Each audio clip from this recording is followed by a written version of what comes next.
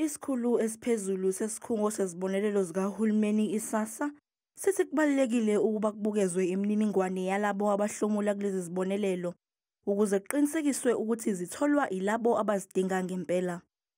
These are targeted reviews to ascertain the eligibility of beneficiaries for whom we have obtained information that their circumstances have changed and as a result may no longer qualify for a social grant.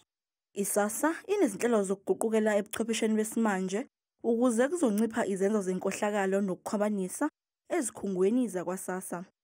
We are finalizing the implementation of biometric identification infrastructure to enhance security and integrity in the grant administration process. While we are mandated by the Act to review social grants, we are also operating in a space where we have to adhere to the National Treasury's recent budget allocation conditions.